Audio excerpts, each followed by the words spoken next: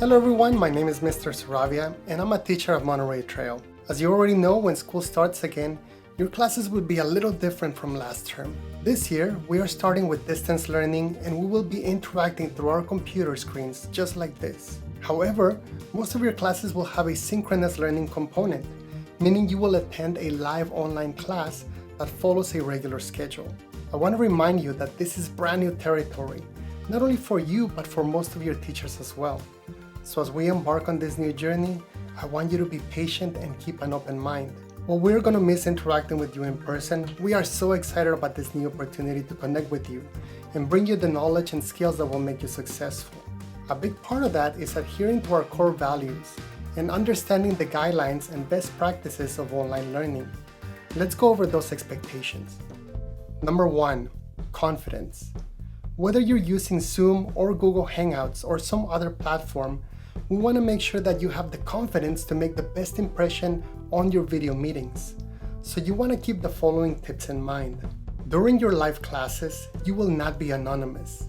Whether you are using Zoom or Google Hangouts, you will have to log in with your real name, and most of your teachers will ask that your camera is turned on because we want to see that you are present and engaged. This means that your teacher and fellow students will be able to get a glimpse of you and your space. So it's important to be mindful about what we can see and hear. Be confident, but also mindful of your expressions. Dress appropriately and follow school dress codes. Obviously, we want you to be comfortable, but remember to use your common sense. For example, don't call in while still in your pajamas or laying on your bed. Find an appropriate space where you can sit upright, like a desk or a table. Consider what's in the background of your video. Nothing is more embarrassing than an awkward or inappropriate poster or item in your background. A blank wall is okay, but if you have a chance, fix up your space and add interesting props so long as they are not distracting or inappropriate. Don't point your camera towards doors where people might come in and out, and be aware of mirrors that show things you don't want us to see. Try to avoid virtual backgrounds. Sometimes they don't look professional, but if you want to use them, we put together some nice ones you can use. You can find those in the Student Hub. Make sure to adjust the light in your room. Avoid bright lights or windows behind you. Otherwise, it will result in an image that is either backlit and too dark or overexposed. Instead, put the lights in front of you. Number 2, respect. You show respect by being mindful and doing your part to create a positive online environment.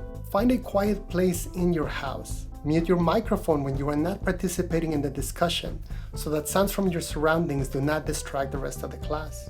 Be mindful of whatever you say.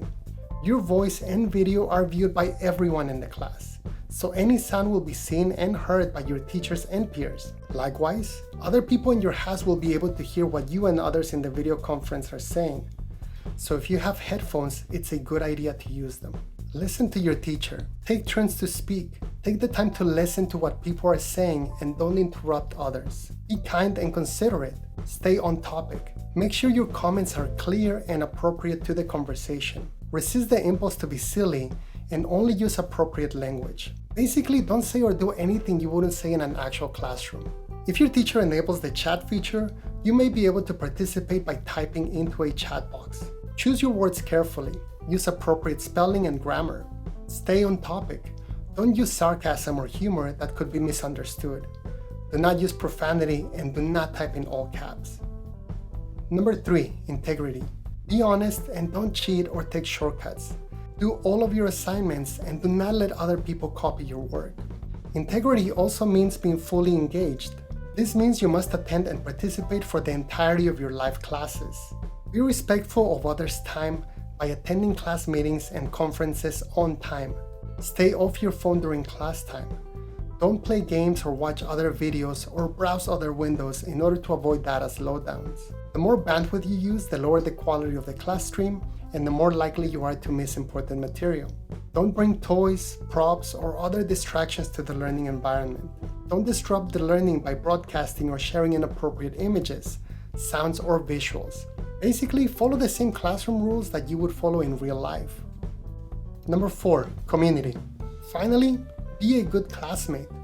Support your classmates in their learning. The less seriously you take the video conference, the harder it will be to learn the material or participate in the class. Do your best to be a full participant throughout the meeting times. While your teacher will likely have a system that will ensure your voice is heard, raise your hand and jump in when you have something valuable to contribute. Use your voice and don't stay silent. The point of an online class is to create a space for constructive conversation so that you can interact with your teacher, ask questions, and learn through discussions. It will obviously be different than being in a physical classroom, but we have an exciting opportunity to make the best of distance learning. All your teachers have worked incredibly hard to prepare your classes and to provide you with the best education possible during these strange times. We want to invite you to do your part and help us make this a great year. We can't wait to see you in our virtual classrooms.